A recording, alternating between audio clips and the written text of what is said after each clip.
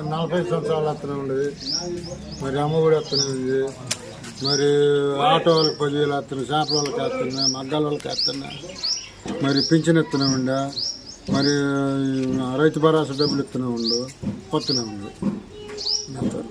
రైతుకి ఉపయోగపడే పని ఒక రాజశేఖర రెడ్డి గారు చేసింది. చంద్రబాబు గారు ఏం చేస్తారంటే చైతన్య స్కూల్లో చేర్చండి, నారాయణ స్కూల్లో చేర్చండి, అక్కడ వాళ్ళ ఫీజులు కట్టలేము మేము. ఆయన వచ్చి ఏంటంటే మా పిల్లల భవిష్యత్తు నాశనం అయిపోయింది.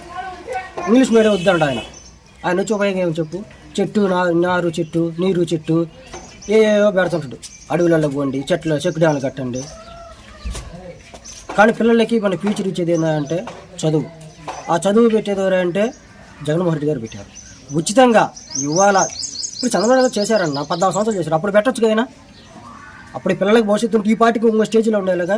ఇవాళ మా పిల్లలు 4th క్లాస్ మా అమ్మాయి 28 స్టేట్లలో నేమ్స్ చెప్పగలుగుద్ది. ఇవాళ నువ్వు నిలబెట్టు, ఇప్పుడు చెప్పిస్తా, నీతోటి లైవ్ చూపిస్తా.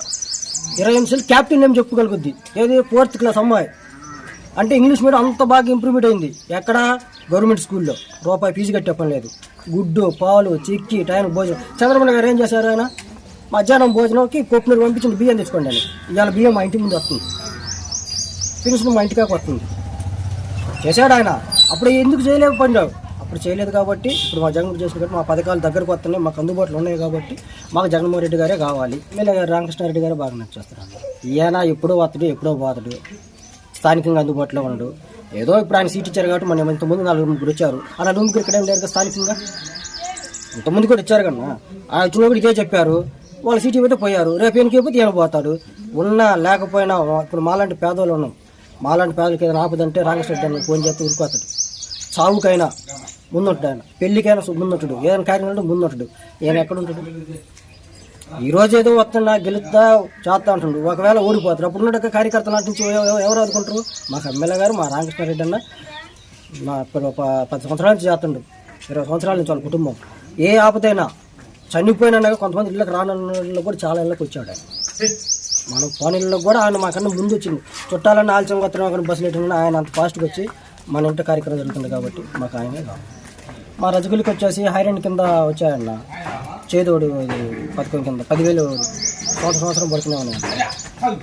రజగులకి ఇబ్బంది లేకుండా చూసుకుంటున్నాను. జగన్మోహన్ రెడ్డి గారు మళ్ళా సీఎం. మాచల్ ఎమ్మెల్యే గారు పిల్లలు రామకృష్ణ ఆయన కొట్టే మా కూడా లేడు.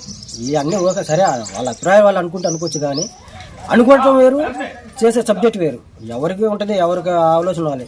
కానీ మనకి ఆపత్తి, మనకు ఆదుకున్నవాడే మనకి కావాలి, మన ఇంటికి వచ్చేవాడే మనకి కావాలి. ఎవరో ఆయన ఏదో వచ్చిండో పోయిండు, ఏదో వచ్చినా పోయినా ఉంటుంది కాకుండా మాకు మా ఎమ్మెల్యే గారు పిల్లలు రామకృష్ణ ఎనీ టైం చుట్టాలన్నా గంట లేటుకు వస్తారేమో కానీ చుట్టాల కన్నా ముందు వచ్చి కార్యక్రమం జరిపే నాయకుడు మా పిన్నెల్లి రామకృష్ణారెడ్డి అన్న.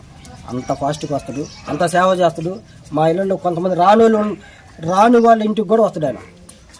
మేము ఎందుకులా ఇంటికి పోదాం అనుకున్నాం. అలాంటి చిన్న స్థాయి ఉన్న ఇంట్లో కూడా అంత పెద్ద స్థాయిని వచ్చి దగ్గర కూర్చొని కార్యక్రమం చేసే అంత మంచి నాయకుడు మా పిన్నెల్లి రామకృష్ణారెడ్డి.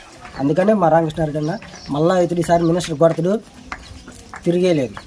రైతులకి జగన్మోహన్ రెడ్డి నెంబర్ 1.